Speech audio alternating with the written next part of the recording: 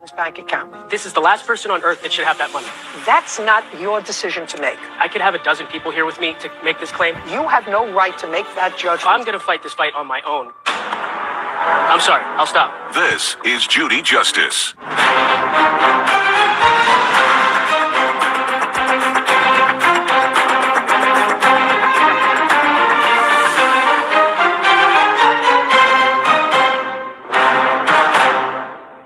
Courtney Friend is suing her former friend, Joseph T. Ivan Jr., for stealing money from her deceased husband's bank account.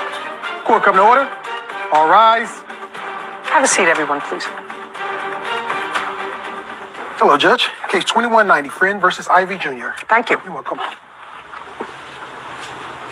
Miss Friend, your husband passed away recently. Yes.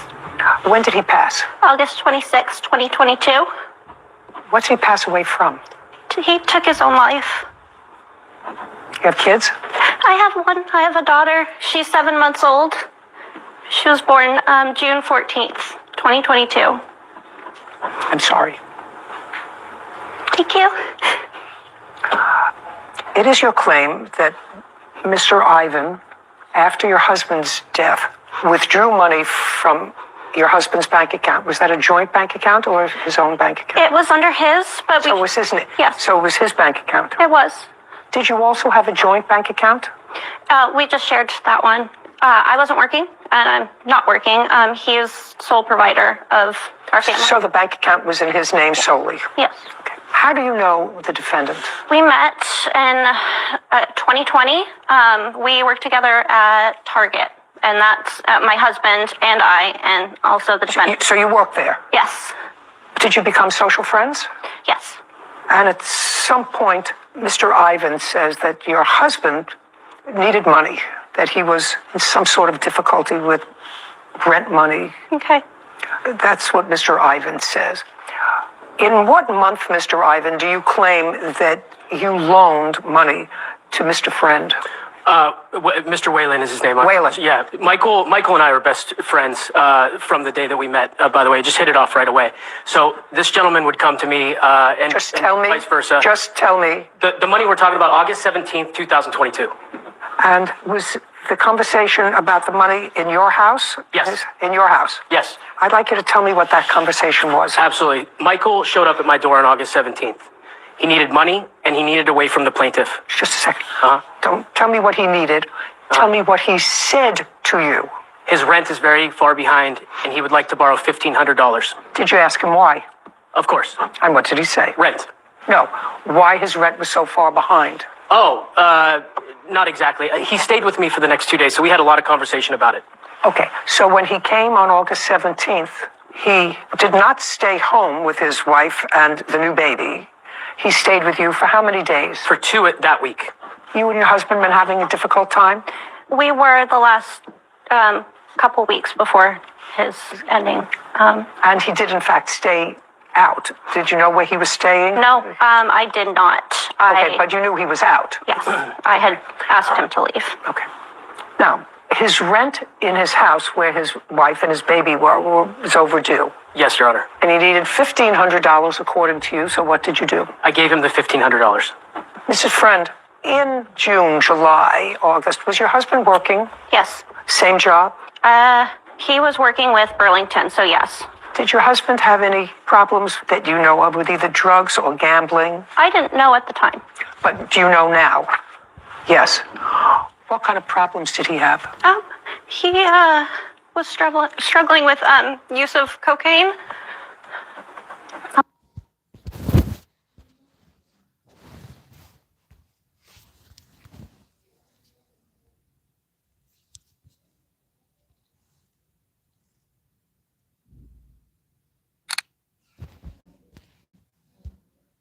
Was struggling with use of cocaine. Okay, so that would account for his need for money and also for problems. Okay. Your husband was a young man. Did he have any life insurance? He did, yes. He did. How much? It was, oh my goodness, it was $200,000.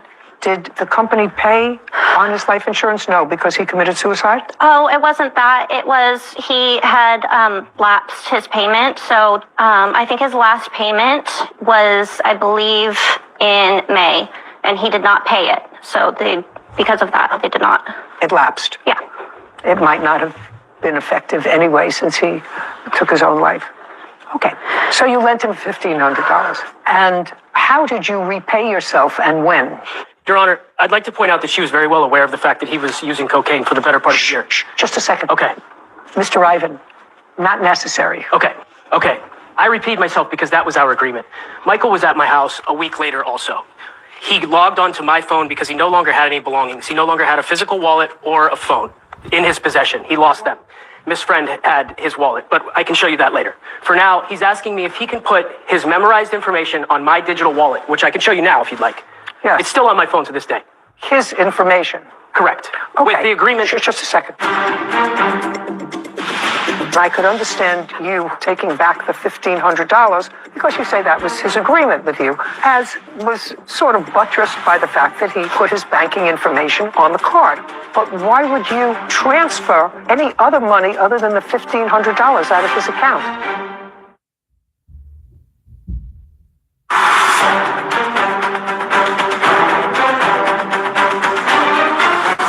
Courtney Friend claims her former friend, Joseph T. Ivan Jr., wrongfully took money from her deceased husband's bank account.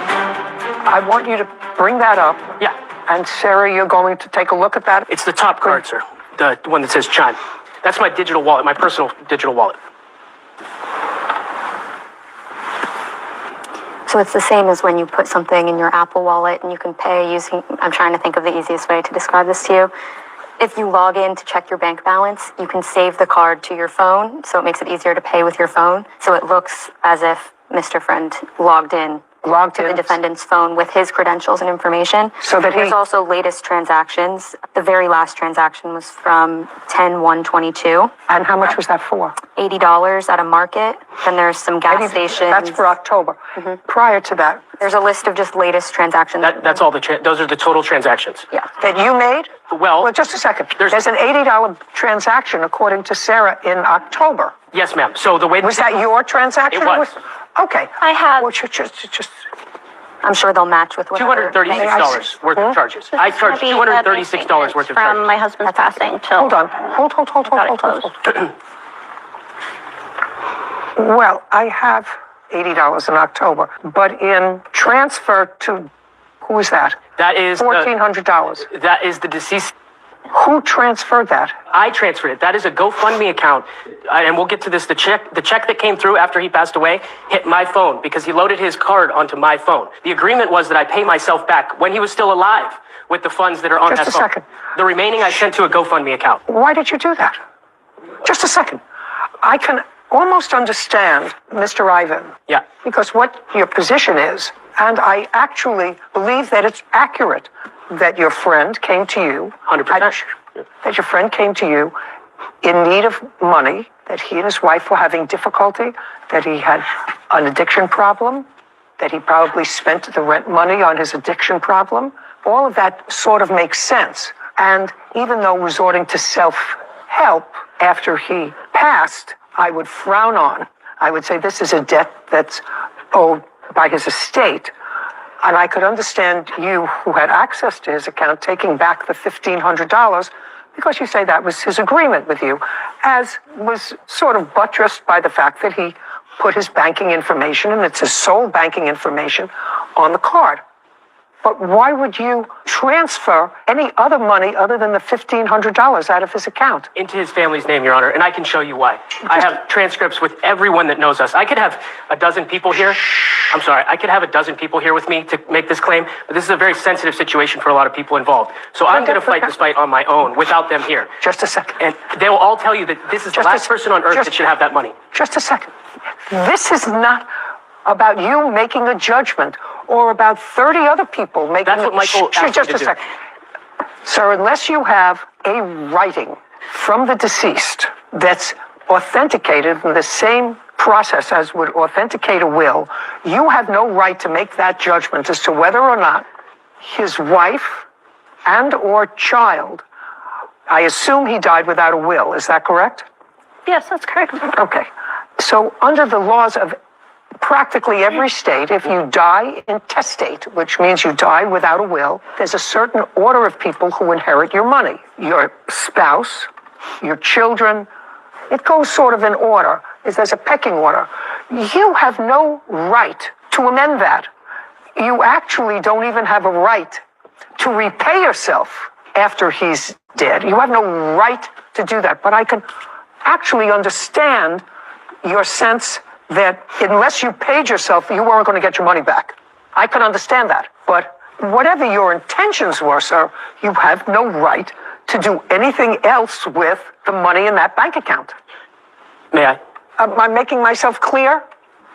I hope so. Is that clear? Yeah? Brought me right back to Will's Trust and Estates, so. Yeah, right. Go ahead. Your Honor, Michael and I had an agreement, okay? So whether or not... Sure, just a second. You and Michael had an agreement that you made a loan to him in the amount of $1,500, and in order to secure your repayment, I read your answer, sir. Yeah. He gave you his account number, and according to you, he said, when I get paid, you can take the money back that you loaned to me. That's $1,500. May I continue? I've only used $236. That's all that I've used. $236. And I can show you the math here on this spreadsheet, but let's start with $1,500. $845 he paid back to me on August 24th, a week later. Oh, okay, hold on a second. So $1,500. That's right. And he paid you back what? $845 on August 24th. Good for him. Right. Did he pay you back by Michael? Just listen to me. Don't play. Did he pay you back by coming to your house and giving you the money? Or did Digitally. He paid you back digitally. That's right. May I see that, please, Kevin? Using my phone in his account. So now he owes you $655. That's right. Okay. Kevin, I'd like you to show this to the plaintiff. Have you seen this? No. Okay, I'd like to show this to the plaintiff. So Mr. Ivan acknowledges that your husband, his friend, pay Yes, attention, yes. that your husband paid him back more than half of what he had borrowed. Now, then you took back, Mr. Ivan, from the account, how much money? $236. No, that's not true. Shh, We can go line by line. shh. That's a debit, not a credit. He sent the $1,400 $100 from Michael's to the account. go. The Oh, leftover. oh, just a second. You can't do that, sir. I have a baby. Listen to me. You were there. You provided a shelter for Michael To get away when from he her. was. That's right. I'm sorry. I'll stop.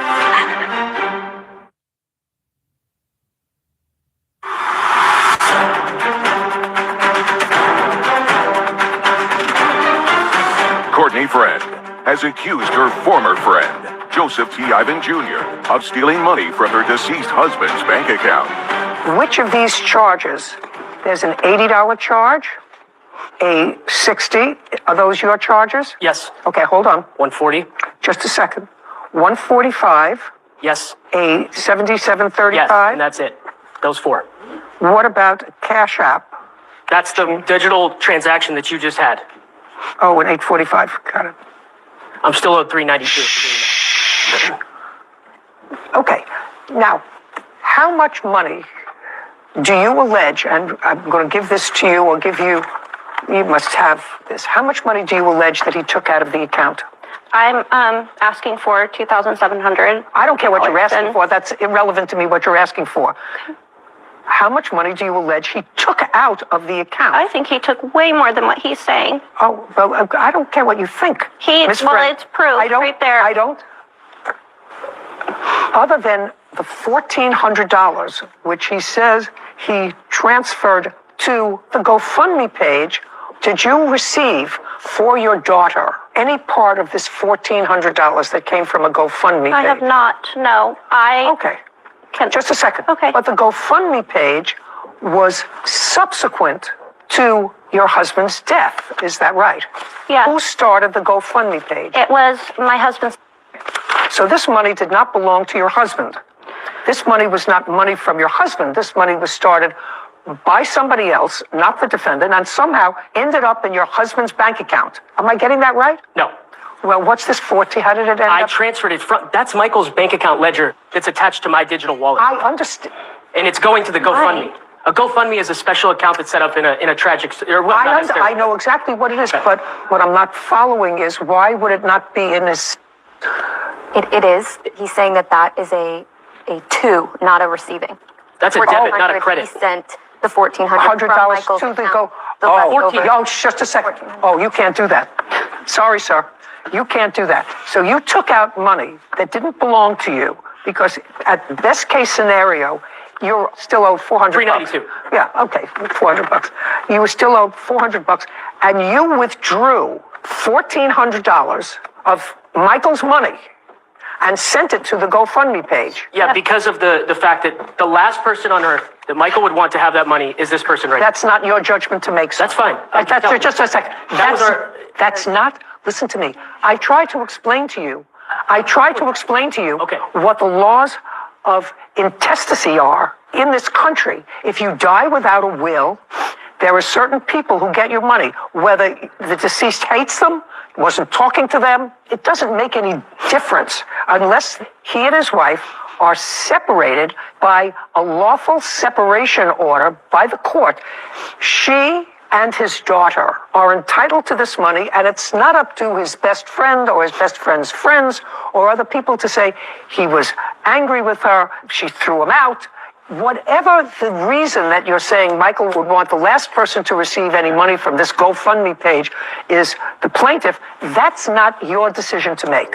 You took back some of your own money. He paid you back some. You may get skunked for $400. I don't want it. Just a second. You may get skunked for $400. But if you sent this money to a GoFundMe page and that was $1,400 For the family's name, Your Honor. you can't do that. That's fine. I did You it because can't Michael would not do want her that. to have it, so I gave it to his family. Okay. Well, you can't do that, sir. I have a baby. I'm not faulting you emotionally, sir. Yeah. Listen to me. You were there. You provided a shelter for Michael To get away when from he her. was. That's right. I'm sorry. I'll stop. That's a fact. It's just the truth. Judgment for the plaintiff in the amount of $1,400. We have finished. This court is adjourned. It doesn't matter. The woman's a fraud. She's a fraud. That money should not be going to her. She's the last person on earth that this gentleman wanted to have that money. I'm happy. I'm happy that she sided with me, listened to me, and Oh, that's all she cares about is money. That's what this is all about. knew that wasn't not right, because it's not. I mean, what kind of person would Courtney's out for money. Always was in the relationship. take money from a new mom, someone who's grieving? It's been such a mess, and I feel good about this. Because I'm the only one who would do the right thing with it, and he knew that. He was very defensive. He was very defensive and very hateful. I'm the great guy. He'd want me to fight the good fight. All good. He shouldn't have took anything from me. I've already lost so much. Happy it's over. I've lost my best friend, my husband, the love of my life, and the father of our new child.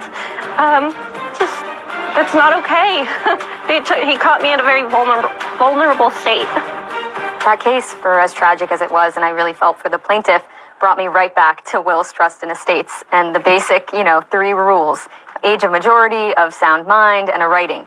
And it's just really unfortunate that the plaintiff's husband didn't have one. If I were to venture a guess, I would say that most people, when they're under 40, don't have a will. Yeah.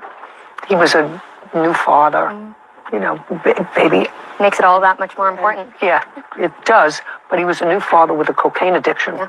Tough to try and guess the mental state of someone going through that, but I also agreed with you that you can't fault the defendant for his emotional. He knew how his friend felt, and he was trying to carry out those wishes, but there is the law and there are rules, Right. and you can't take it upon yourself to redistribute your friend's money. Or So- the GoFundMe money. Yeah. All good intentions, but you got to follow the rules. Right. Want justice? Go to judyjustice.tv. You left the 2 dogs with her. Within 2 hours, you called her and said, I changed my mind. I was a little uneasy about giving her the dog. She said, I got offered a lot more money for this dog. I think you're a scam artist. No, I did not. You made a deal. I really just want my dogs. Duh. This is Judy Justice.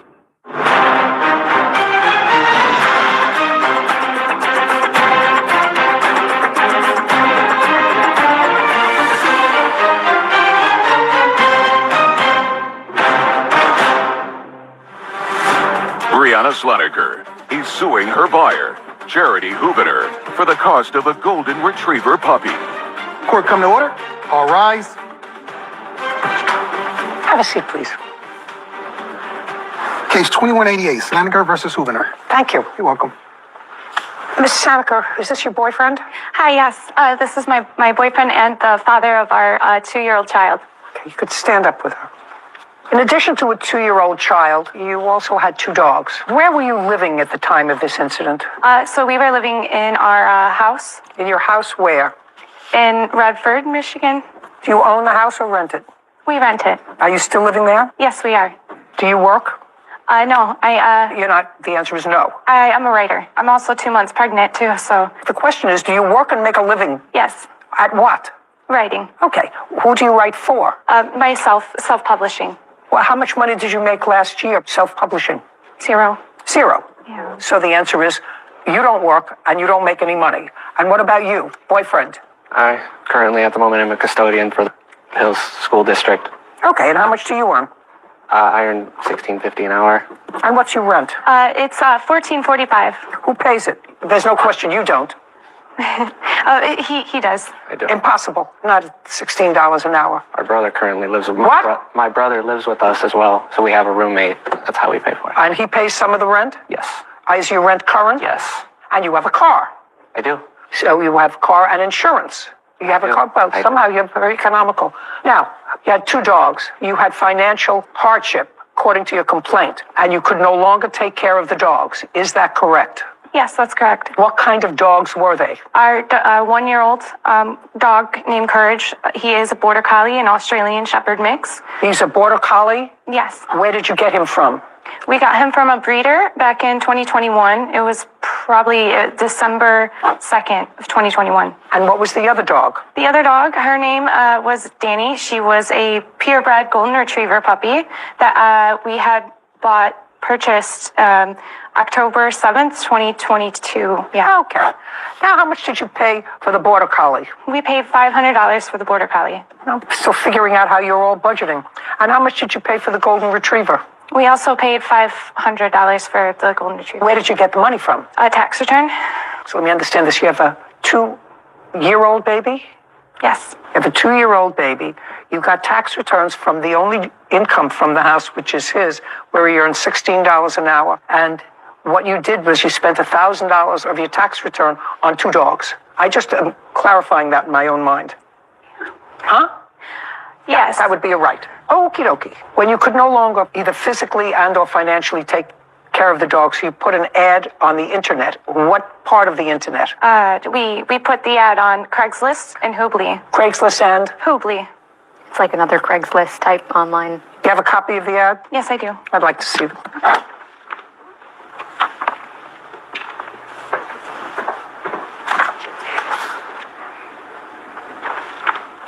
Okay, so you put ads for both dogs. One, you said small rehoming fee, not a breeder, needs a new home, call for details. The other is the 1-year-old border collie, Aussie mix, and you had rehoming fee of $200. Yes. Okay, this says absolutely nothing about fostering short term, you get the dogs back, nothing, and no other criteria in here. Yes. Nothing. So this is your complaint. The defendant answered your ads. You brought the 2 dogs over to her. She gave you $100. Yes. Yes. You left the 2 dogs with her. You were on your way back to wherever you lived. You're in the car, and according to you, you had a change of heart. Yes. Yes, Your Honor. And you called her and you said to her, we're coming back. Yes. How long did that process take you? It was within the 2 hours we had left. So within 2 hours, you called her and said, I changed my mind. Yes. And what did she say to you? She had said that she had given the dog away. One of them. One of them, yeah. Okay. She said, I gave the dog away. Did she tell you to whom? Did she tell you what circumstances? Did she tell you? She said that she had given the dog to a lady named Cindy, and she mentioned that she gave this Danny to... You have text messages? Is what you're reading from text messages? Yeah. I'd like to see it. Okay. Yeah.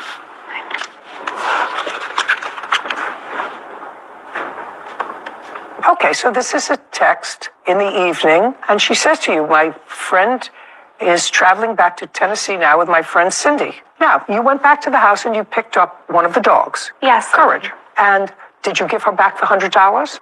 No, That's either yes or no. No. Why not? We want our dog back. You made a deal. She paid you $100. She gave you one back despite the fact that you didn't give her any money. Why do you think that this is a deal that you can say, well, I changed my mind?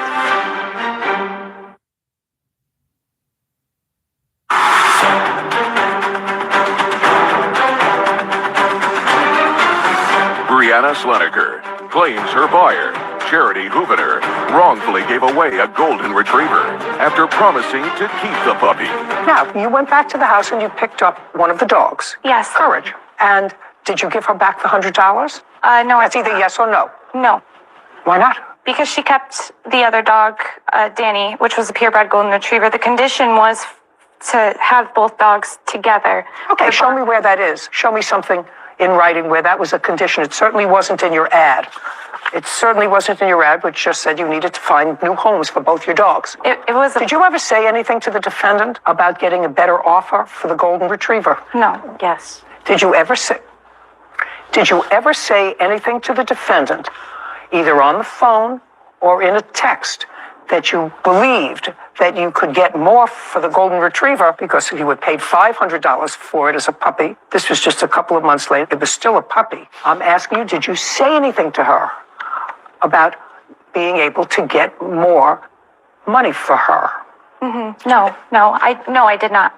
We want our dog back because of our other dog, Courage. And Well, what makes you think you can have your dog back? Well, You made a deal. She paid you $100. You took the $100. You didn't return the $100 to her. One of the dogs was already rehomed to yet another person. She gave you the dog back. She gave you one back despite the fact that you didn't give her any money. Why do you think that this is a deal that you can say, well, I changed my mind? What makes you... because there wasn't a verbal condition to keep the dogs together. Absolutely not. Shh. Sorry. It was a verbal condition to keep the dogs together. They were a bonded pair, and she said that if we wanted to, we could. In what month did you sell the dogs to the defendant? It was December 4th, 2022. 12/4. Now, you got, according to you, the golden retriever in October of 2022. So you had, at most, the dogs together for 2 months. Yes. Yes. Well, that's not a bonding experience. How old was the golden retriever? She was 2 months old when we got her. So she was 4 months old. Yes. Well, you certainly could have gotten more than $100 for her. She must have been really desperate for that $100. I really just want my dogs together. Well, they're not together. Then you should have thought of that before you put ads here. You changed your mind. That's it. You changed for whatever reason. You felt sad in the car going home, or she's going to tell me that you had a conversation with her that involved money. No. I'm ready. All I want to know from you at this point is, and it's really not dispositive of this case, but it was in your answer. Did you ever have a conversation after she dropped the dogs off about money? Yes. Tell me about the conversation. When was it? Was it in the car? Or It was by my door, by my side door. When? At what point in this? When they came back? Or When they came back, she said, I got offered a lot more money for this dog. I think you're a scam artist, and I want what's due. I want the rest of my money. What, the rest of your money? No. I don't know. No, Your Honor, no. Never said that. Yes. She got offered more money, She Your Honor. certainly could have gotten more She for this certainly golden could retriever. have. She certainly could have gotten more money Yes. for the golden retriever than the $100 that you gave her for both dogs. Yes, for both. But she accepted the $100 and she never returned the $100. That's it. Finished. What? Your Honor, I have wanted you- to keep Courage, and my friend here, Cindy, took Danny. Oh, so you have the other dog? I do, yes. I have the other dog. Well, step up. So you were going to Tennessee? Yes. Yes. Okay. Tell me about the conversation that you had with Ms. Hovener. Yes. On the date that they dropped the dog off. Okay, she had called me and let me know that, Well, first of Rihanna, all- I believe is her name, was gonna drop the dogs off. When did you have this discussion? That was on the 4th, on December 4th, 2022. 2022. She called me, I would be guessing, I don't know, I'm going to say maybe 5 in the afternoon, and told me that, I think her name's Brianna, was going to be dropping the dogs off For $100. for $100, and she asked me, do you have, $100? And I said, well, sure. So you gave her $100? I gave her $100 to give, yes. Brianna. And I was waiting, and she was running just a little late. We was going to Tennessee. We had to get diapers and stuff.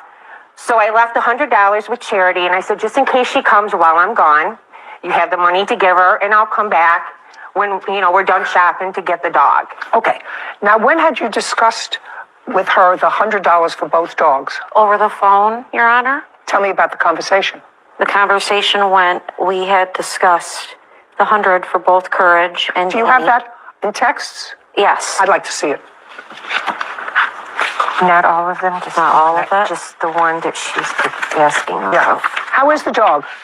She's doing really good. Yeah, I got her to the vet. She's growing. Oh, she 2 weeks ago was her last shots, and she's already 41 pounds. She's just growing like a weed. Yes. Okay, I'm going to read this to you. I am trying hard to come up with $100 more, dear.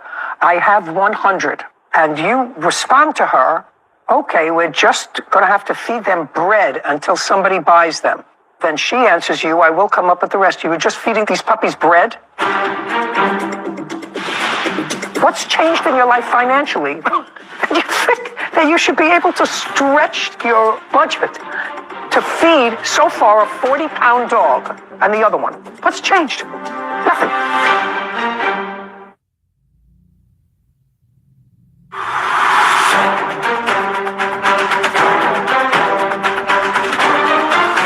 Brianna Sleniker is accusing her buyer, Charity Hubener, of giving away a golden retriever hours after purchasing the puppy. Now, you respond to her, okay, we're just going to have to feed them bread until somebody buys them.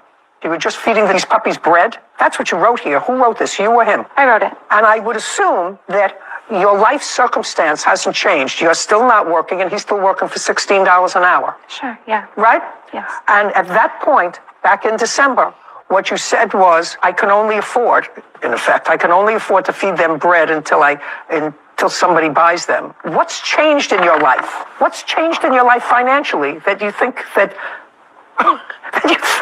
you should be able to stretch your budget to feed so far a 40-pound dog and the other one? What's changed? Nothing. Ridiculous people. Jobless.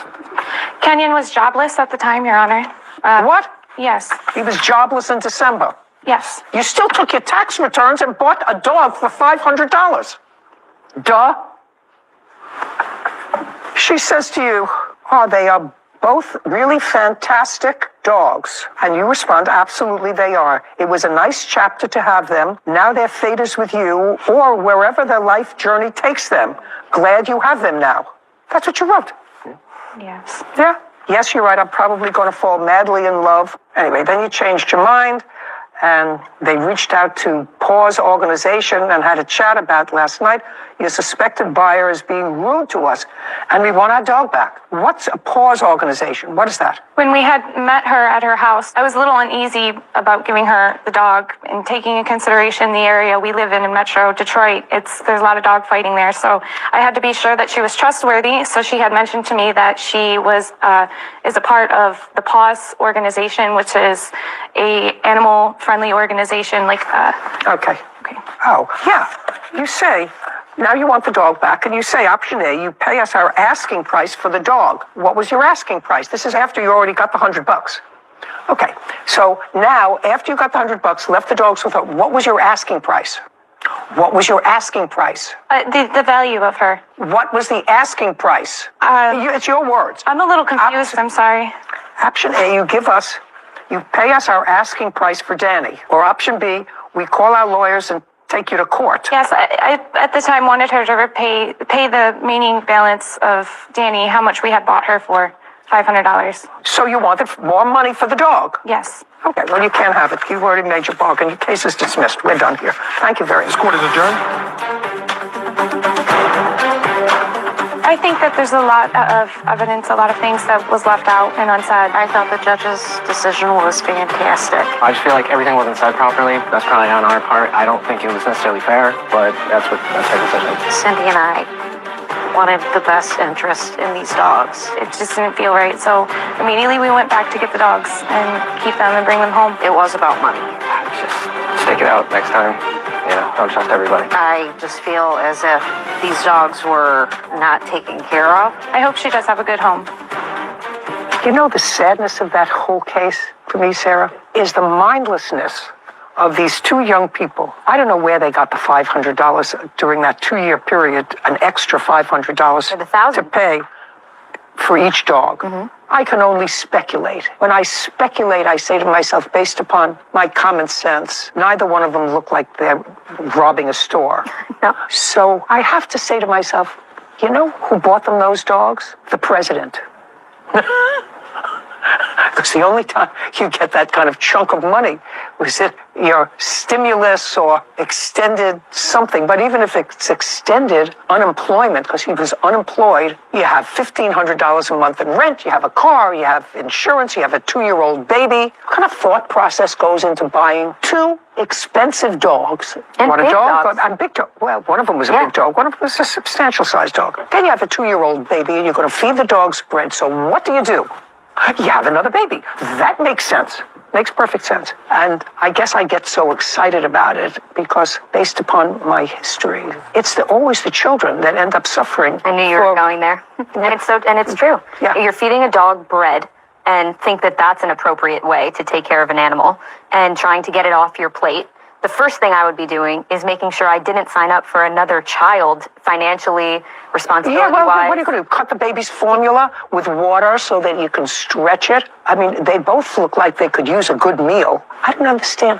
I just don't understand the thought process. And it's always the innocents that suffer because even the dogs are innocents. Clearly the babies, but clearly the dogs are innocents. You know, they just want to be fed and have a home with, you're not a 4-month-old puppy eating bread until they can find somebody that can give them something more nourishing. It's absolutely outrageous and irresponsible and tragic. That's what I think.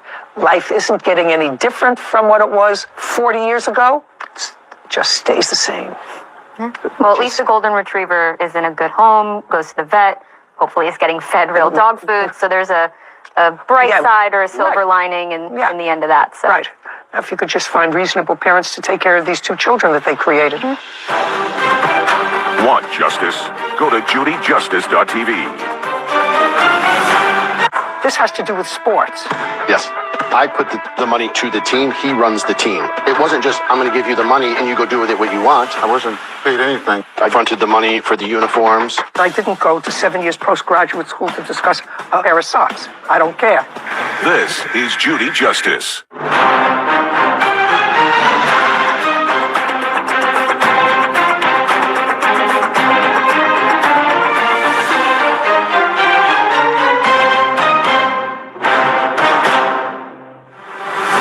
Jason Gabriel is suing his former friend, Lawrence Sr. for money he gave Lawrence to run a boys' basketball team. Court come to order. All rise. Have a seat, everyone. Hello, Judge. Case 2167, Gabriel versus Senior. Thank you. You're welcome. Mr. Gabriel, it's always exciting for me when I find a case that I can't relate to based upon my own personal experience. And this has to do with sports. Yes. And those people who know me know that I'm really a non-functioning American when it comes to sports. I understand baseball, but nothing else. However, I have a little bit of experience with people. So you have a son, that would be you. Could you stand up for a moment? Who's tall? Now you can sit down. And who likes to play basketball? Yes, Your Honor. And he's been playing basketball for a long time. Well, most sports stopped at the start of the pandemic. And he was playing for a team. Yes, Your Honor. I know that I'm going to get fuzzy on this eventually. So far, I'm holding up okay. So he was playing for the team. The team closed down, as did most other things.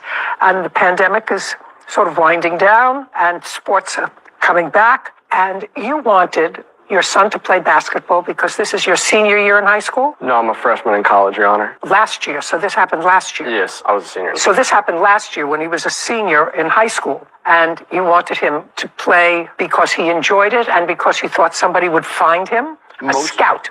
Mostly the enjoyment, but there's always a chance for the scout. Okay, and you know, you're his father, and fathers always think that their sons are uber talented and maybe could be one of those quiet self-starters who turns out to be the hero on the basketball court. I have a grandson who plays baseball, and he plays baseball pretty well. Plays in college. His father follows him around from one game to another like it was a full-time job. I can relate to that. It is. Well, your son wanted to play. There was no team. The defendant was a basketball coach who you knew, Yes, Your Honor. whose team was also the teams that he coached were also defunct because of COVID. So far, correct, Mr. Senior? Yes, ma'am. So at some point you approached him and said, I'd love to start up this team again because I would like my son to play ball. He wants to play ball, and nobody else is doing it that I know of. What would it take to restart a team that could be part of a league or play other teams? You know. Yeah, you're right. You know. Yeah. Is that close? You're close. You're close. Yes. Close enough. Yes. Perfect. So we talked about an amount, and Mr. Senior Yes, ma'am. said, I can start the team up for $8,500. Yes, ma'am. You, who wanted desperately for your son to play ball his senior year, said, I'm going to give you the money. You gave him $8,500.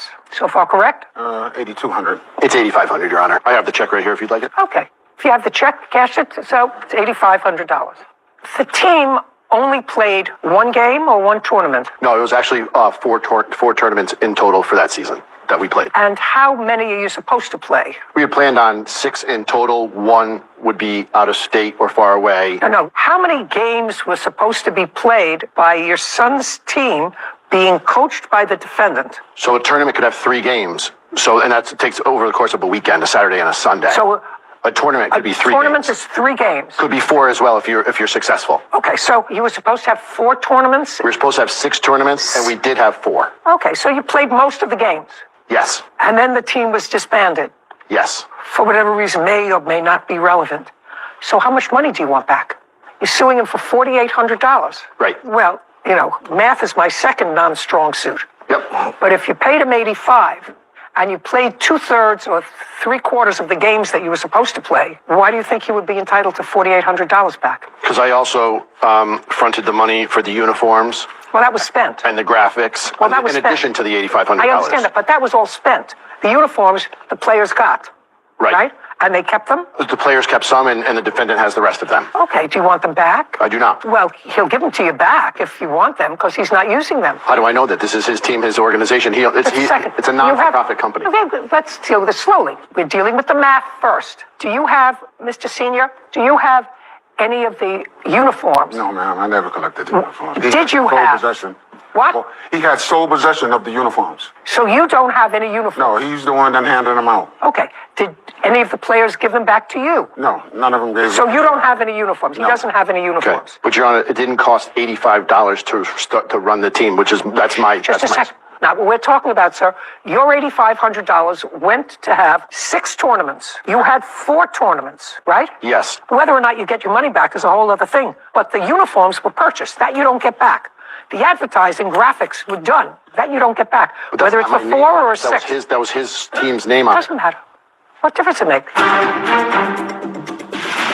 Majority did not pay. You have anything that requires that they pay in a contract?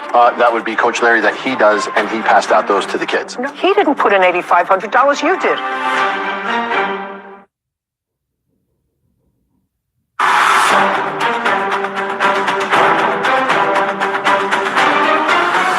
Jason Gabriel claims his former friend, Lawrence Sr. owes him money after they started a boys' basketball team. Now, can you tell me why the tournaments were cut short, sir? There was a number of reasons, Your Honor. One of them was right from the start, both me and my other son tried to discourage Mr. Giamni about forming a team of that age group. Okay, I don't want to get back into that, sir. You took his money, you played 4 out of the 6 tournaments. How much were you paid to coach out of this $8,500? I wasn't paid anything. Did you It's more of an administrative cost. What administrative costs? Scheduling tournaments, gyms, gas, transporting kids that didn't have rides. More than half the team was not supported by their family. At least one kid was Well, homeless. was there an accounting that you asked for, sir? Yes, that's was my initial response to Coach Larry was, yes, he told me $8,500 to start the team. No, I'm asking you an And then I accounting at asked the him- end of the day. I asked him where the money went. Like, could he account for $8,500 in addition to $1,600 that other kids paid to play? That's how I was going to get my money back. It wasn't just, I'm going to give you the money and you go do with it what you want. He told me it was $8,500 to start the team and I would get my money back. Oh, from what source? The kids pay to join the team. Okay. How many people were on the team? We had as many as 14, maybe 16 come through. To tryouts. They didn't play. I'm sorry. How you doing, Your Honor? How am I doing? I've been better. You're his son? Yeah, I actually run the program yes. with him. Yes. Okay, good. So how many young men were playing basketball? On the team that you're talking about that's in question, I believe there was as many as 10 to 12 that actually came. The numbers vary because we're talking about 18-year-old children that come and go as they please. They don't really want to be that. 18-year-olds are maybe children to their parents. They're not 18-year-old children. When it comes to this, then Well, responsibility part, yeah. I don't know. I'm old, I guess. They're children to me still. Sorry. What I want to know is, did you have a contract with him? A written contract? I did not. You just said, here's your $8,500 and I'll get my money back when the kids sign up and pay their dues. How much do they pay each to join the team? Coach Larry set that number at $600 per player. Is that correct? Yes, ma'am. Can we tell you where that number comes from? Over the years, because we've been doing this for over 20 years, the average cost to run a team for a full season, we averaged it out to be about $600 per kid, because on a 10 to 12 man roster, 10 being the least you should have. How does he make money? We don't make money, I'm sorry. We don't make So money. you don't make any money, you just do this for the love of the sport. He grew up in a basketball family, he's played basketball his life. I've been in a sports family, my brother has, and we just love sports. So this is not a money-making operation. Not at all. We probably put in more money than we've made or put out in the program. I'm sorry. Go ahead, sir. Your Honor, I coach high school football. Actually, his son goes to the school I coach. So I was aware of him, and I also coach baseball. So I just don't, you're not going to make any money coaching youth sports if that's what everybody's saying. Well, I'm just asking you. No, I know that. I'm just asking you, because there is a suggestion here that some of that money was to pay you as coach. And I just want to know whether that is in fact correct, whether any of this $8,500 went to you. Not directly, no. Talking about gas. Indirectly to pay for gas and pick up Maybe a car repair. I only had one car at the time. Okay. So, Mr. me and my wife Gabriel, were retired.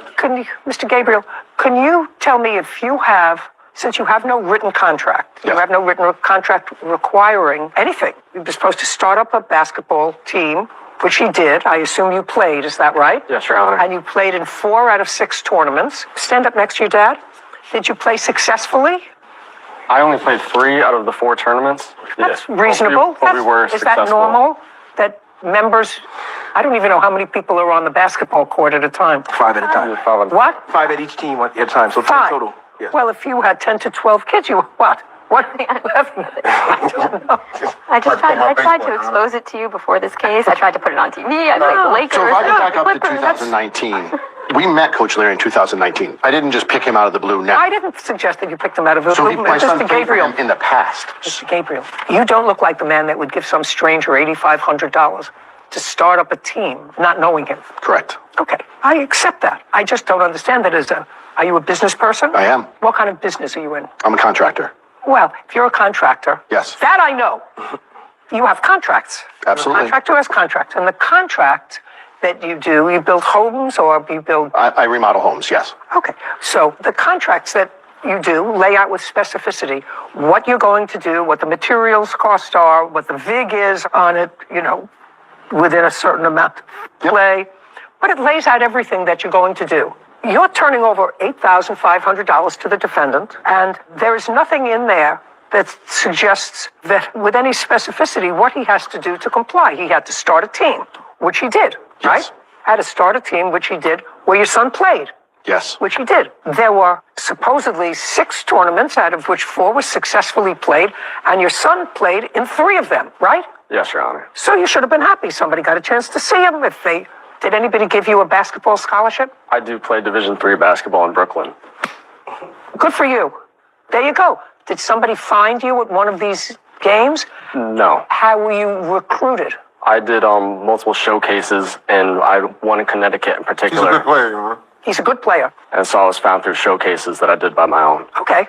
But you played. And that was good practice. It was good. Yes. I don't know why it was disbanded after 4 tournaments. Do you? Do you? Yes, there was multiple players who did not want to play anymore because they were verbally abused by the coach, and they just were fed up.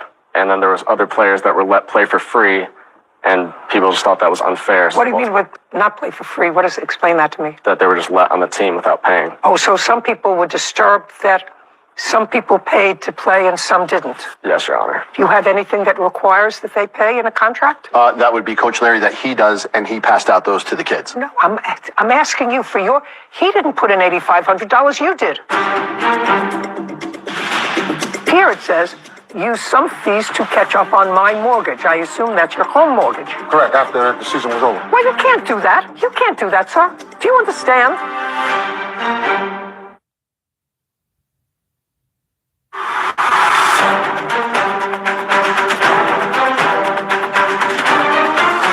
Jason Gabriel is accusing his former friend, Lawrence Sr.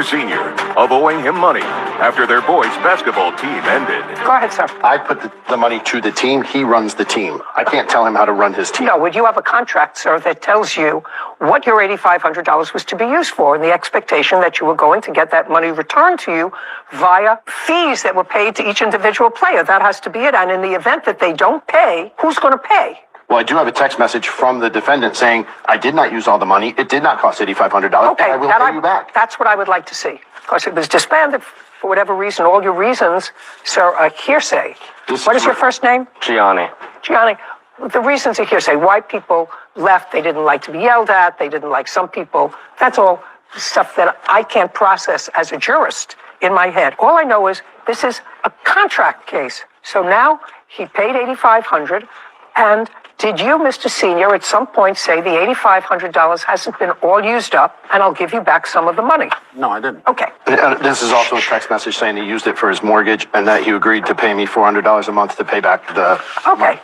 Coach, fees to catch up on my mortgage, use some fees to catch up on my mortgage, at least $1,500. And between operating costs, there is roughly $2,400 left. Correct. Oh, that's what you wrote to him. Yeah, and I was willing to give him the money that the kids had paid up front. No. There is roughly not the money that the kids paid up front, sir. You say to him in your text, after this was all over, because I assume that this is all over after the team is disbanded, there is roughly $2,400 left. So I'm going to have to work out sort of a payment arrangement, if you don't mind, which means you didn't have the money, but it was left over and you spent it on something else. And it's here it says, use some fees to catch up on my mortgage. I assume that's your home mortgage. Correct, after the season was over. Well, you can't do that. You can't do that, sir. Do you understand? Okay, well, this acknowledges several things. It acknowledges that he used $1,500 to catch up on his mortgage, right? And that, according to you and according to your son, whether or not you took a fee for yourself, paying your home mortgage is a fee. Do you understand that, sir? I do. All right. So Sure do. you sure do. So $1,500. Did you pay him back the $1,500? No, because at that point... No, the answer is no. And you said even after the $1,500 that you used to pay your home mortgage, there was still $2,400 left. That's what you said in here. That's a yes. Yes, ma'am. Well, then you add 24 and 15 is 009 is $3,900. Yes. Even my rudimentary math suggests to me that that is a correct number. Well, that's minimally what you owe him, your mortgage payment and the $2,400 left. You're suing him for $4,800. Right. This acknowledges 39. Absolutely. Prove to me any more. So I went back to Mr. Senior and I said, I didn't necessarily believe that it cost $5,500 to run the team. I said, so therefore you owe me $5,000. I said, you need to either get a loan and pay me back, or he said, I can't get a loan. I can give you $400 a month. I'd like to see the exchange. I said, if you're going to give I'd like to see the exchange, just because you said, I think it's $5,000. And this is where he says, I'd like to pay you back.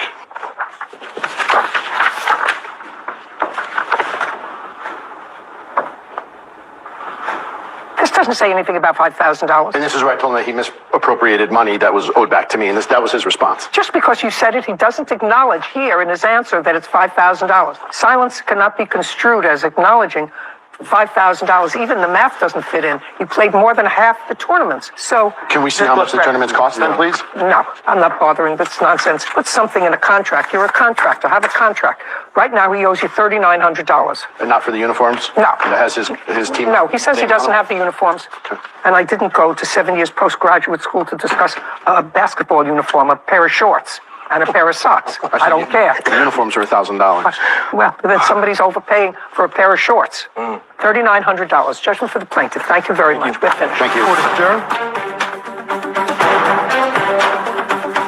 I think it was unfair I'm glad she ruled somewhat in my favor. because he sponsored a team. And yes, did I do it for my son? I did. But there was 11 other young men that I did it for. Fighting amongst each other, poor discipline, and the lack of financial support from the kids. When you have a group of 18-year-old young men and you don't practice and you don't kind of reel them in and show them that you're the coach and that you run the team, it can get a little hairy. It is what it is. I did what I did for these young men. Sometimes it works out and sometimes it doesn't. Me and Jason's are friends. I don't think this is a deter. Always have contracts.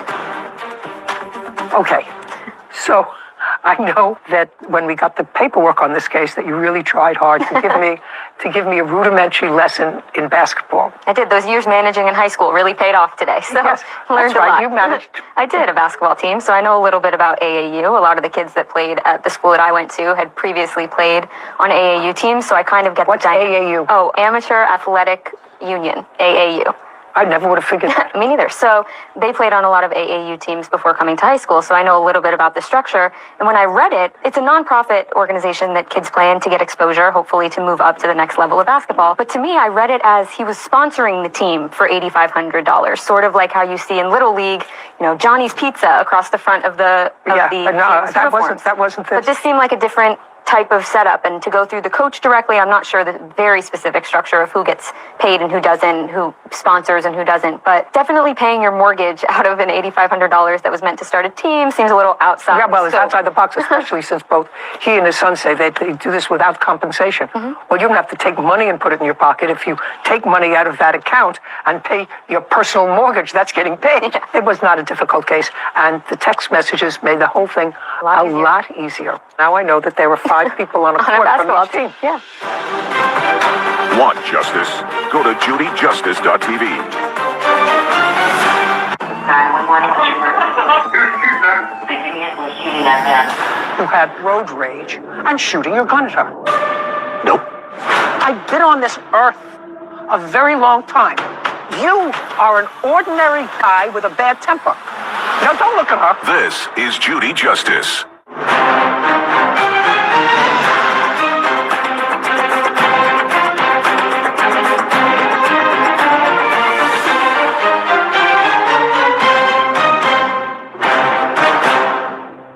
Brian Parkinson is suing his neighbor, Shelley Burt, for a false claim leading to his arrest. Court come to order. All rise. Be seated, please. Hello, Judge. Why are you kept? Case 2201, Parkinson versus Burke. Thank you. You're welcome. Mr. Parkinson, you are suing the defendant, alleging that she caused you to be falsely arrested. That is correct. The defendant has a counterclaim. Her counterclaim is based upon the same incident for which you were arrested. She's claiming that you placed both herself and her passenger in her car in fear because you displayed erratic behavior and threatened them with a gun. And I gather that you two live in a gated community. Is that correct? Where is that? Arkansas? How long have you lived there? 8 years. And you? 26 years. This incident occurred on what date, sir? June 7th. Of last year. Yes. You were driving what kind of car, Mr. Parkinson? A gray Toyota Tundra. Sir, I think I know what that looks like. Could you bring that up for me so that I can see? A Toyota Tundra. Yes. That doesn't sound like a little car. That sounds like a big car. It's a truck.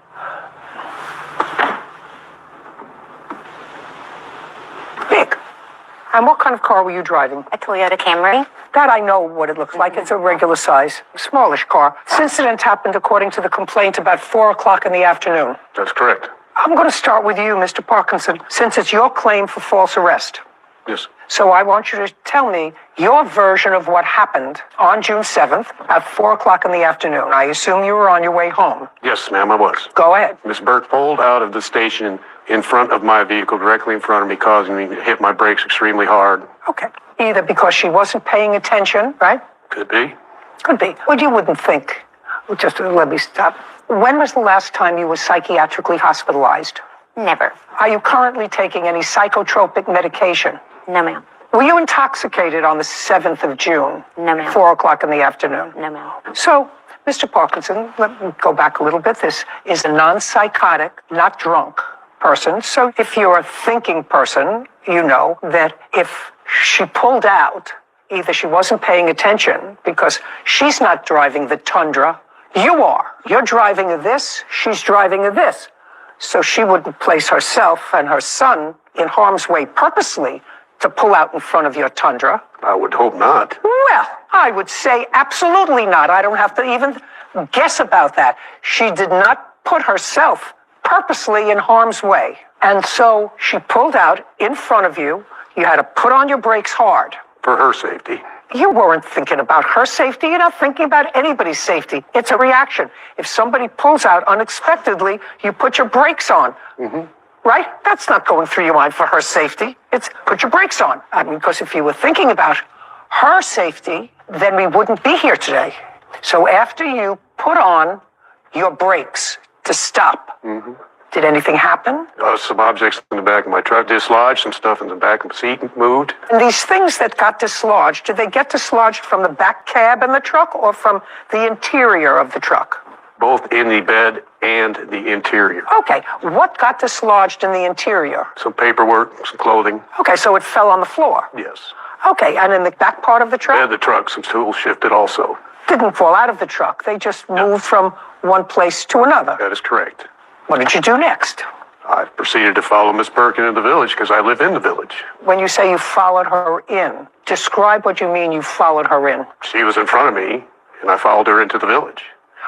Don't play with me, sir. I read your complaint. You were tailing her. Yes. Yes. Well, let's say I was tailing her closely because you were annoyed. Yes. There we go. Do you understand at this point, sir, that what you were involved in is road rage? You, not her. She was an accident. She was negligent. She wasn't paying attention. Let's say all of those things, not on purpose, because that would be stupid, and she has not recently been psychiatrically hospitalized. You, on the other hand, made a purposeful decision to tail her because you were annoyed that your tools moved. That's what happened. Would that be a fair statement, Mr. Parkinson? Yes, I was annoyed. Okay, you were annoyed, and what followed was an incident of road rage. Your husband, you've been in the car with him when he's had a little bit of road rage? Think about it before you answer me. Have you been in the car with him when he has reacted in a different way from the way you would have reacted to another car? He has very minimal. And the answer is either yes or no. Have you been with him in the car when he has reacted in a way that you would not have reacted in a traffic situation? Yes, ma'am. I assume that the police searched the truck. The police searched me. Did they search the truck? I gave the police the authority to search my truck willingly. They searched the truck.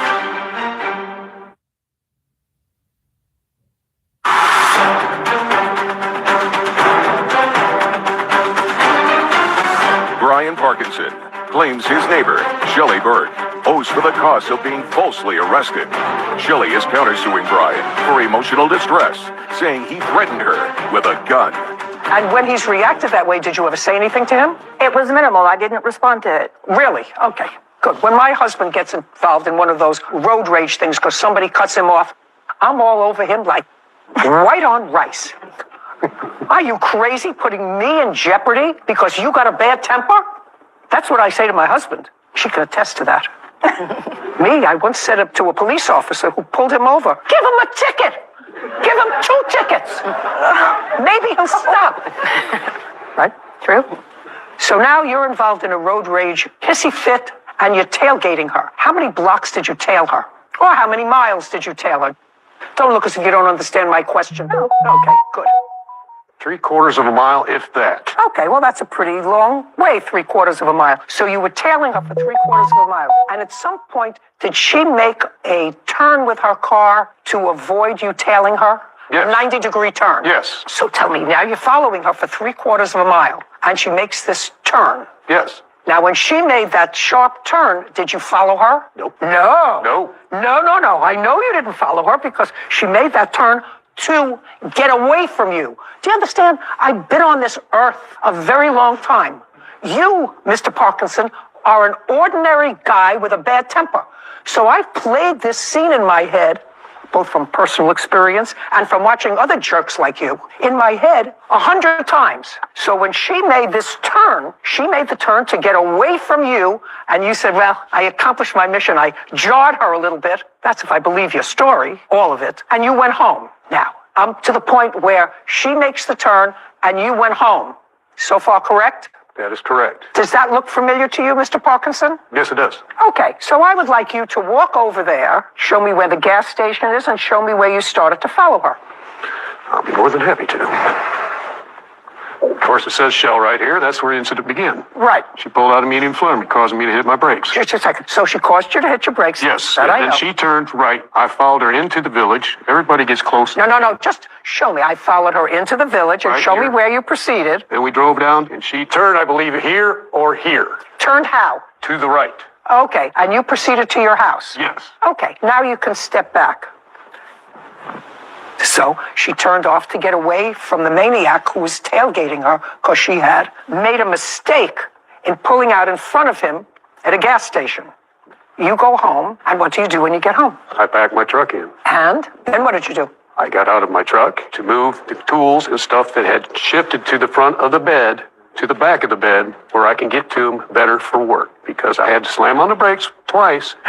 Mr. Parkinson, do you know what doesn't make sense to me? Your husband isn't a stupid man, is he? No, ma'am. No. Now, I don't drive a truck, but I know when I go to the store and buy 2 gallons of chicken soup with matzo balls, and I go to put them in the car, I say to myself, Judy, it's possible that you're going to have to stop short, that a light's going to turn red. So I put the chicken soup in between the front seat and the back seat of the car, and I move the seat so it's stable, so that if my car stops a little short, because even if it stops a little short, my chicken soup would be on the floor of the car. So I make sure that it doesn't move. It just doesn't make sense to me why you wouldn't secure this toolbox any better. If you stop short, those tools are naturally going to move, right? The weight of the tools is actually going to move. Okay, so I'm putting this whole thing in my head. Do you need a permit to buy a gun in Arkansas? You do not have to have a permit to carry in Arkansas. It is an But you open have to make carry an state. application. You have to apply to buy a handgun or long rifle. Have you ever done that? Yes, I have, multiple Okay, times. just a second. So the answer is yes. Yes. What have you applied to buy? Numerous guns. Which you still have. Yes. I assume that you keep those guns within the proximity of your home. They are all kept in the house, Your Honor. The next thing, according to you, the police show up at your door That is correct. and they have a conversation with you about a report. Yes, they did. That someone has, in your area, has complained that there were shots fired by you out of your truck during this road rage incident.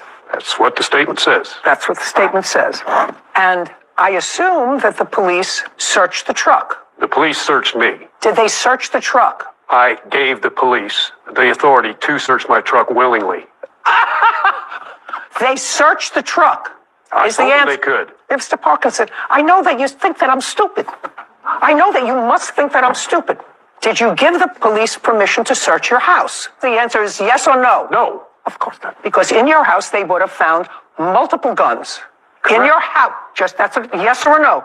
In your house, they would have found multiple guns. Yes. You keep multiple guns in your house, but don't carry one around for protection in your truck. When did they arrest you? I was arrested on August 2nd. Okay. And? I was told to call the village police department. I promptly called them, and they told me I had a warrant for my arrest. And? I was very shocked, And? and I was charged with felony assault, and I had to pay $1,080 to bond and fees to get out of jail. And? I was released from jail. And then on the 17th, is that correct? 19th. The 19th of August, I had a court date. And? It was Noel Prost. Due to the request of the Village Police Department for lack of evidence. Okay. And? So I'm out that amount of money for bond for a false arrest because a false statement and half a day. Okay, we're going to find out if it's a false statement. So far, I'm not thinking it's a false statement. I have to let that sink into you, Mr. Parkinson. So far, I'm not thinking it's a false statement. I'm going to hear the defendant. I know one thing for certain. You were involved in a road rage incident and you were the perpetrator. Whether or not you flashed a gun, she's going to tell me. We certainly know that you have guns, according to you, multiple guns, in your house. I suppose you have a couple for you and a couple for your wife. Who else lives in your house with you? Just two of us. Just the two of you. How many guns does he have in the house? So when I go around this one S-curve, I hear a pop. I'm like, oh my God, he just shot at us. I said, call 911. When I start coming back down again, I look in my passenger mirror. I saw the spark. I saw it. I'll never forget it. He popped the gun again.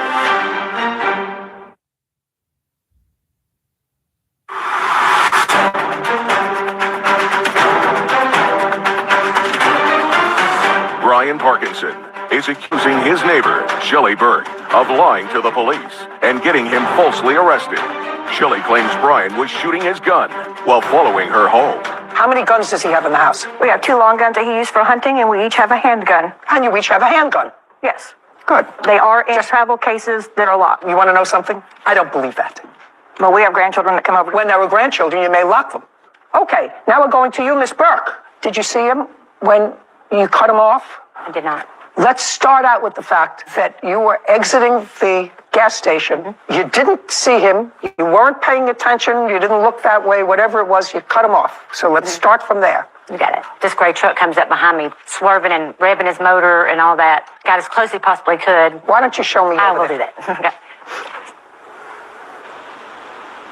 There's 2 lanes going into the village. There's a left and a right lane. I go left, he goes right. Well, I get in front of him, and then he starts getting behind me, swerving his car back and forth, revving his motor. He is so close. He's probably closest to me and him. I mean, he's not a car length away. He's right up on my bumper. And revving his truck, and I'm going the speed limit. Then I turn up, make a left. He's still right on me, never lets up. It's kind of a tricky area because it's curvy. So when I go around this one S-curve, I hear a pop. And I'm like, oh my God, he just shot at us. I said, call 911. When I start coming back down again, I look in my passenger mirror. I saw the spark. I saw it. I'll never forget it. And he heard it. We heard, even on the phone call, I think you can possibly hear it. He popped the gun again. And then he's on 911 talking to her, and the lady saying, be calm, be calm. And I'm leaning down in the car. He's trying to tell me to go. He looks like he's going on past us. But when he does that, he rolls down the window, and you can see him holding a gun in his hand. And he says something I can't understand what he's saying. He's getting the license plate number. So we thought he kept on going. So your son got the license number? Yeah, he got the license plate number. He's on the phone with 911 at this time. And that's what was given to the police? Yes, ma'am. Mm-hmm. Okay. So I got the 911 call here with us today. I would like to hear it. Step back. Can I hear the 911 call, please?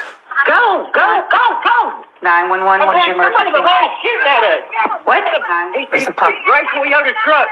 He was shooting at us. His license plate number is... I need all units. We got a vehicle that is... The complainant's on 911 saying the vehicle is shooting at them. I'm fixing to run the tag. Who am I speaking with? This is Leslie Scott Rogers. When you said what kind of vehicle was it? It's a gray Toyota Tundra. Go. It's coming back on a gray Toyota Tundra, and that's what the complainant says. It's a 2014 Toyota Tundra. Okay, start that 911 call all over again. Pay careful attention, because I thought at the beginning of this tape, I too heard a shot. Could we start again, please? Take your hand out of your pocket. Go! 911, what's your emergency? Somebody was all shooting at us. There it is. There it is. Got it. You can stop it. That doesn't sound like a gunshot. Mm-hmm. Your case is dismissed, Mr. Parkinson. Your case is dismissed. I have a counterclaim, so stand where you are. The counterclaim is by Miss Burke for the emotional trauma that she, let's just talk about her, went through as a result of your road rage and shooting your gun at her, which you did. You probably didn't shoot it to hit her or to hit the car, because I don't think you're that stupid. Stupid, yes, but I don't think that's stupid. I think you did it to frighten her, just to frighten her. Then I think that you brought the gun that you keep in your truck when you work, maybe on your person, which you probably have a perfectly legal right to do, and you took the gun, you said, just in case something happens, because I did, in fact, shoot my gun in her direction, because I heard it on the 911 call. I better put it in the house. I better put it in the house. So you took the gun, you brought it into the house, and then saying, oh, police are here. Oh, well, search my truck. You won't find a gun. Search me. You won't find a gun on me. Don't search my house. And I guarantee you that you didn't say to the policemen when they came, I do have a gun, but it's locked in my house. Show me something where you told the police that you had a gun, but it was in the house. Nothing, because it didn't happen. Based upon that 911 call, the fact that you were involved in a road rage incident with her, tailing her at least 3/4 of a mile, right on her tail, causing that 911 call, as far as I'm concerned, that's trauma. My heart would have been racing triple time, because I don't know whether behind me is a lunatic or just a stupid guy who can't control his temper, and his wife hasn't been able to beat it out of him for the last how many years you're married. Because there's no question he's done that sort of thing before. Maybe not with a gun. Maybe not with a gun. When was the last time, sir, prior to this time that you were arrested? When was the last time prior to this time that you were arrested? Year. 19. Then 19, your age or 2019? 2019. 2019. For what? Now, don't think. I know that if I were arrested once, a couple of years ago, I would have remembered what it was. Well, I was arrested for supposed harassment, violation of no contact order. What else? Now, don't look at her. It's been so many times, I can't remember. So, you've been arrested multiple times? Yes. Okay, good. Nice. You picked them. I don't see how this pertains. Your Honor. How does it pertain? I do to your propensity for violence, sir. This has nothing to do with violence. No, it does have to do with her counterclaim. $5,000 is what your counterclaim is for. Is that correct? Judgment on the counterclaim for $5,000. Your claim's dismissed. We're done. This court is adjourned. It was a very bad day. We do not carry weapons in our vehicles. I won't even go out at night anymore because I'm scared he's coming by my house. She described in the report a black weapon. We don't have a black handgun. The truth is, I saw the guns. I think she created a situation by admitting she didn't see me. I don't understand why he would even say that. People want to drive stupid, let them and just back off. The plaintiff was certainly not forthcoming. I let him search my truck. I let him search me. What about your house? Did you tell them I do have a gun, but it wasn't out? It wasn't me because I leave my guns at my 2 long guns and my 2 short guns at home? You could hear the pop in the first part of that when he was hysterical. And believe me, he wasn't hysterical. Just because someone's tailing Just because someone's tailing you don't call 911. You pull into your house and you lock the door fast. You only do that if someone's pointing a gun. And so there's no question. There's no question that he did that. How dare you put someone in fear purposely? You're just doing it to create a fear in someone. And to do that, especially to a woman driving in front of you in a small Camry, it says more about him than it does anything else, I think. At that moment, I'd put him in jail for 5 days and say, yeah, next time, don't do it. Want justice? Go to judyjustice.tv.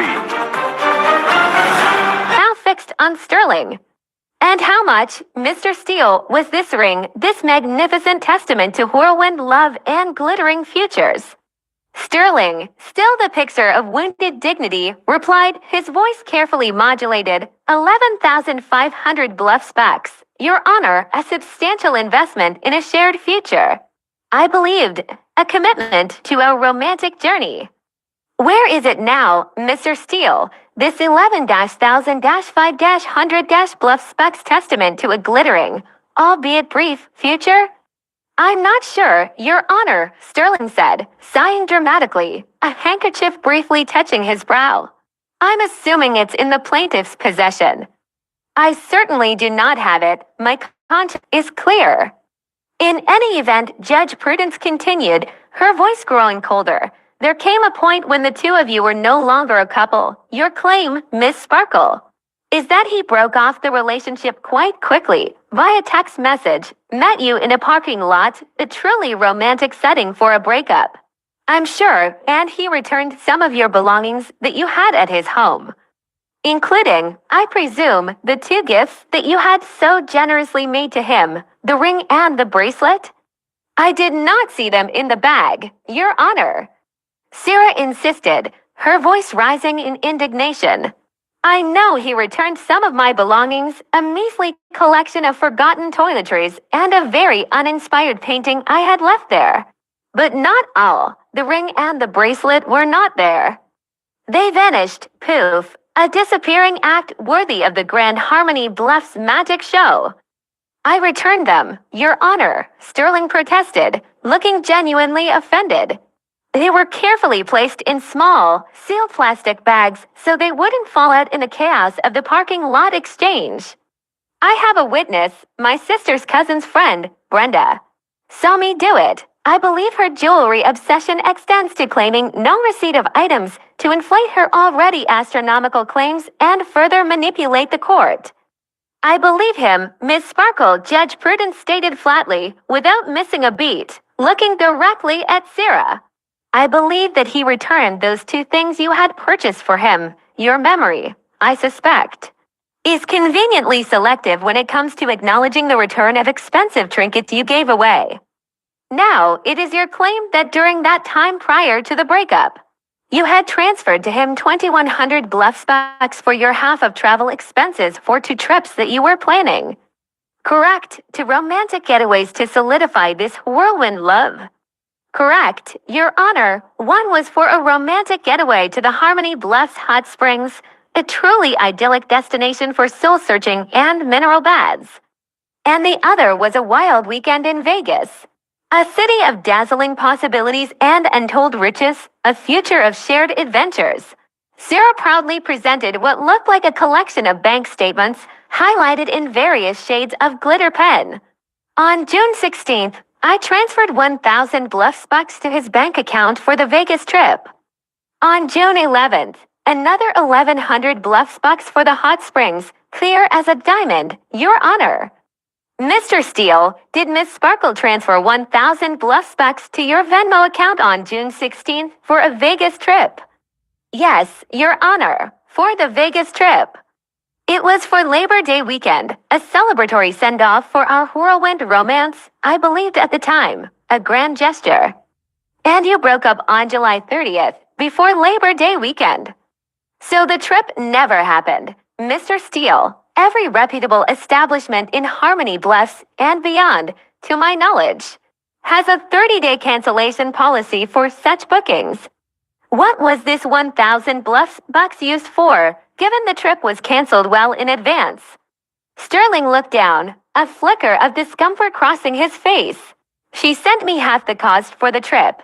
It was a booking that, unfortunately, became non-refundable after a certain point due to the specific package we selected. Your Honor, I can provide the terms and conditions meticulously outlined, I assure you. Okay, that's an honest answer, Mr. Steele, Judge Prudence noted, her gaze sharp. So you had the 1,000 bluff bucks for a trip that didn't happen, and you claim it was non-refundable. And the 1,100 for the hot springs, Miss Sparkle, was that equally non-refundable? Or did it perhaps vanish into the ether of nebulous romantic future expenses? That, Your Honor, was a bit more nebulous, Sterling admitted, looking slightly pained. It was for general travel expenses associated with a romantic future. We hadn't booked anything concrete yet, just a promise of future bliss, so to speak, a placeholder for adventure. Judge Prudence raised an eyebrow, a clear sign of judicial skepticism. General nebulous romantic future expenses, right, the truly solid financial investment. Let's return to this diamond ring, the 11,500 bluff bucks ring, the magnum opus of your relationship, Miss Sparkle. Where is it now? Sarah squirmed, her glittering attire seeming to shrink under the weight of the question. I'm not sure, Your Honor. I believe that it might be in Lake Whimsy. I was really drunk, Your Honor, after the breakup, a whirlwind of emotional despair, and I lost it in the lake. A tragic, watery demise for a beautiful symbol. She finished with a dramatic sniffle, dabbing at her eyes with a glitter-encrusted tissue. Judge Prudence's expression was unreadable, a stony mask that conveyed neither sympathy nor outright disbelief, but rather a profound weariness. Oh, Miss Sparkle, that's really too bad. Because if that's really too bad, then you don't get your 1,000 bucks back for the Vegas trip. Do you understand? Even though nothing. He spent 12,000 bucks on a ring, which I guarantee you, Miss Sparkle, you have tucked away in some safe, glittering corner of your life that I would make you return to him. And if you're not going to return it to him, if it's currently gracing the muddy depths of Lake Whimsy, then you're not getting anything. Do you understand that, Miss Sparkle? Sarah's jaw dropped, her bright, champagne-like demeanor suddenly deflating. I understand, Your Honor, but it's true. Do you want to return the ring to him, Miss Sparkle? Or is it truly at the bottom of Lake Whimsy, perhaps serving as a beacon for lonely fish, or a particularly well-dressed carp? I don't have it, Your Honor, Sarah insisted, her voice now a desperate whisper. I swear on my entire jewelry collection. I don't believe you, Miss Sparkle, Judge Prudence stated flatly, her voice devoid of emotion.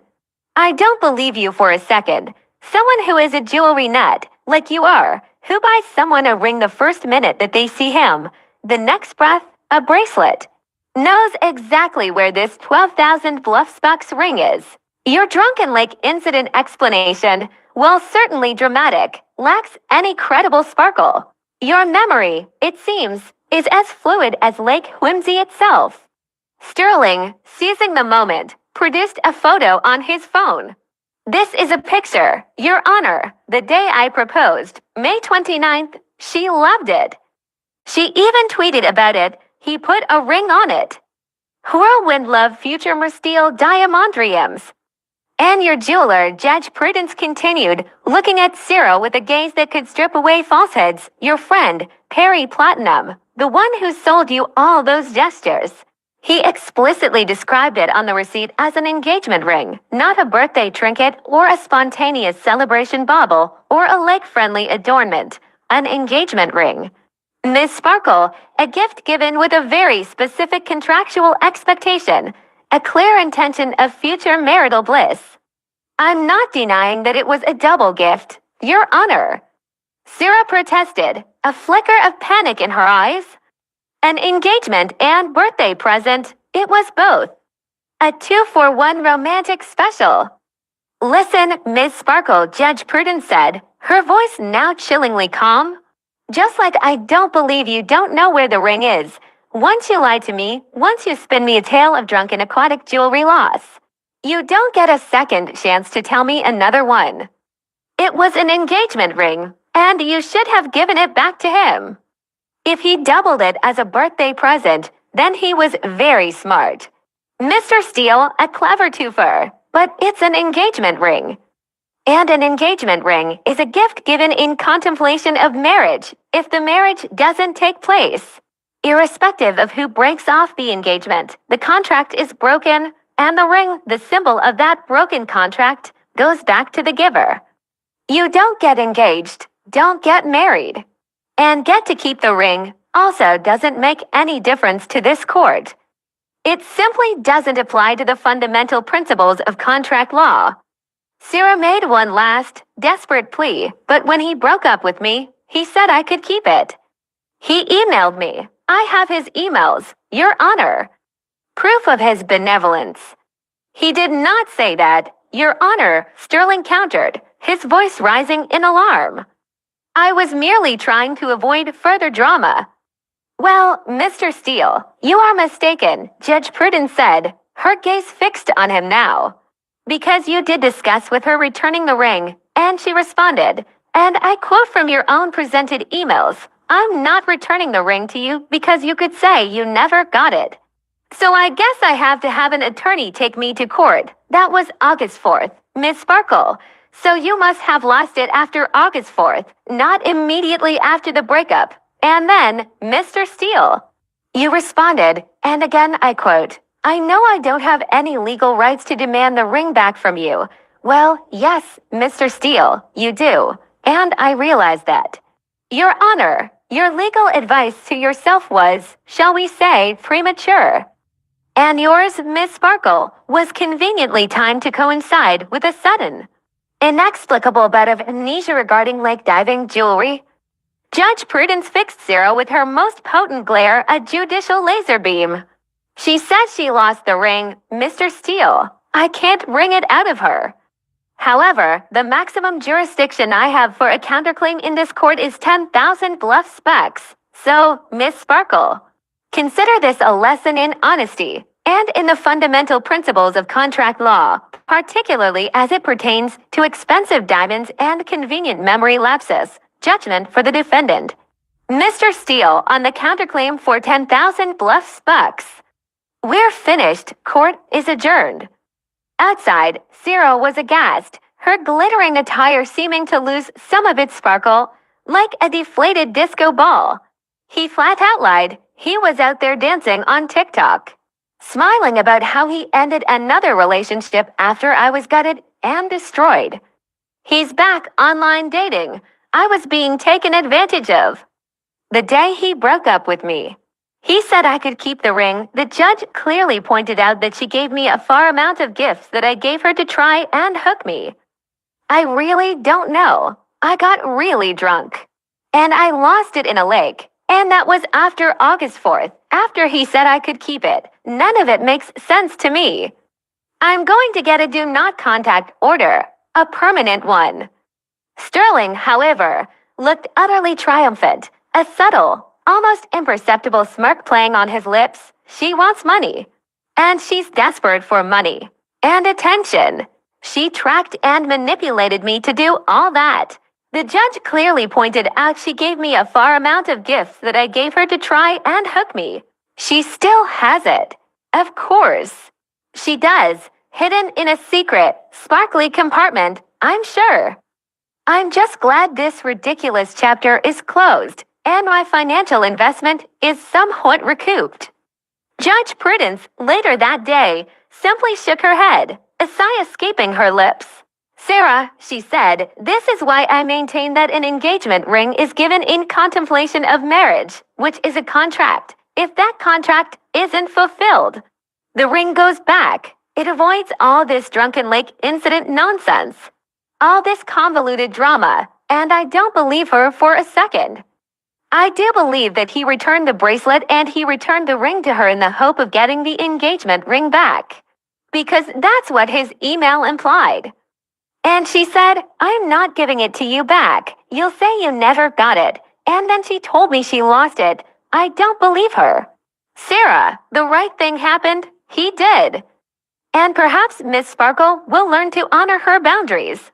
As she put it, and that online dating should really be considered auditioning for future date lines, perhaps with a mandatory lie detector test for all expensive jewelry claims.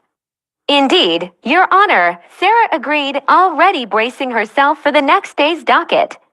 Or at least for future appearances in the Gilded Gavel, which I'm sure will be just as sparkly.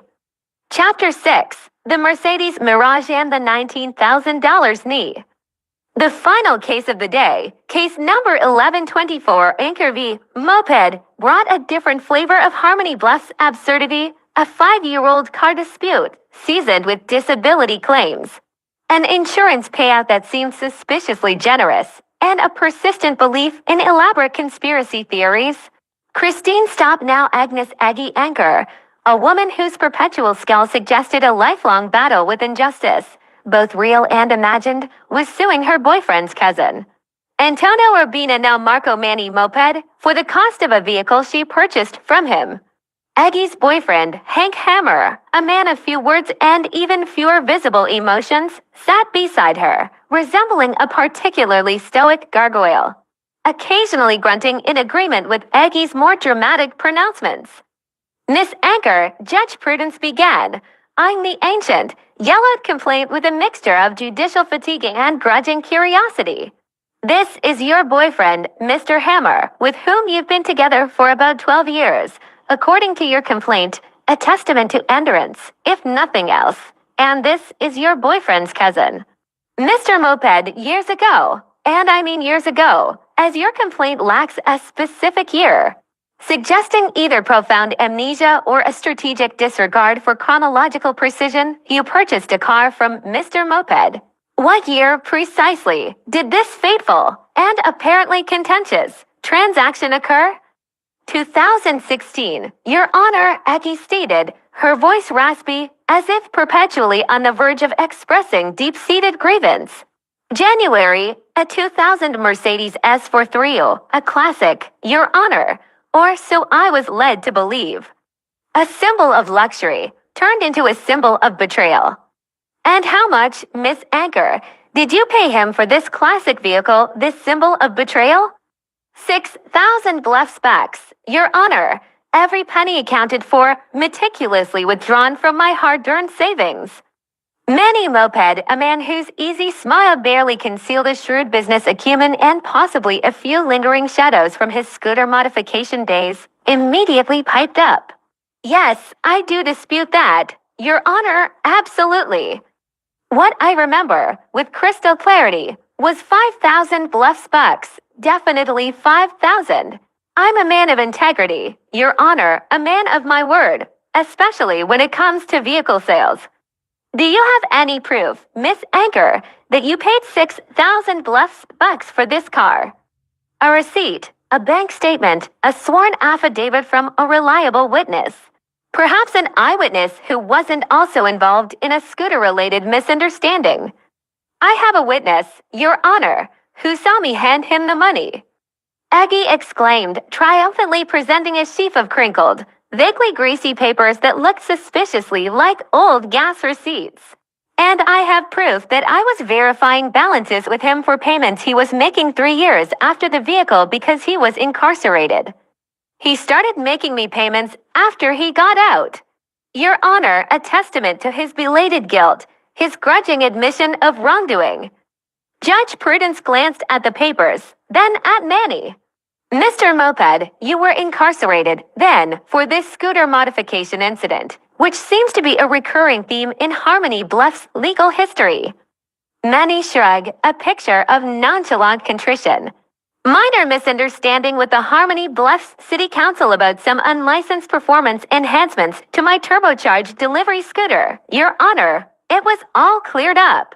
Eventually, a technicality, really, a bureaucratic oversight, nothing more. I'm sure it was, Mr. Moped, Judge Prudence deadpanned, her voice dripping with skepticism. A mere bureaucratic hiccup that involved incarceration. Miss Anchor, according to your meticulously detailed, if chronologically vague, complaint, you drove this Mercedes S for 30 from January 2016 until you were involved in an accident. What month and year, precisely? Were you involved in this accident that so tragically interrupted your luxury driving experience? October of 2016. Your Honor, Aggie stated. That's when I found out he didn't even own the car outright. There was a dealership note on it, a conspiracy, Your Honor. A blatant deception designed to defraud me of my hard-earned bluff bucks. Just don't tell me what you found out, Miss Anchor. Judge Prudence cut in, unless it's backed by irrefutable evidence, not mere find-outs. So you drove the car in January, February, March, April, May, June, July, August, September. Your accident was in October, correct? Correct. But there were 4 months that the car was not working. Aggie immediately interjected, her skull deepening, as if the very memory of a non-functional Mercedes caused her physical pain. It was in the shop, Your Honor. A constant drain on my emotional and financial resources, a mechanical albatross. I don't care, Miss Anchor. Judge Prudence stated flatly, her patience wearing thin. The car was in your possession. You had the keys, you had the ability to drive it, or not drive it. The meter was still running, so to speak. So let's say you drove the car for 9 months. Then you had an accident that, according to you, was not your fault, correct? Correct. I was rear-ended, Your Honor. A brutal, unprovoked assault on my vehicle and my person. A chiropractic nightmare. And there was an insurance payout. To whom did that go, Miss Anchor, for this chiropractic nightmare? A dealership, Your Honor, because there was still a note on the car, a large, predatory note. 58,063, 77 bluff bucks. I didn't get any money for the car. Your Honor, a complete loss, a financial black hole for me. But you did get money from this accident, Miss Anchor, for your injuries. How much did you receive for your brutal, unprovoked assault and subsequent chiropractic nightmare? 19,000 bluff specs. Your Honor, Aggie admitted, a flicker of satisfaction, almost a glimmer of triumph, in her eyes. For pain and suffering, immense pain and suffering, both physical and emotional. 19,000, Judge Prudence repeated slowly, letting the number hang in the air.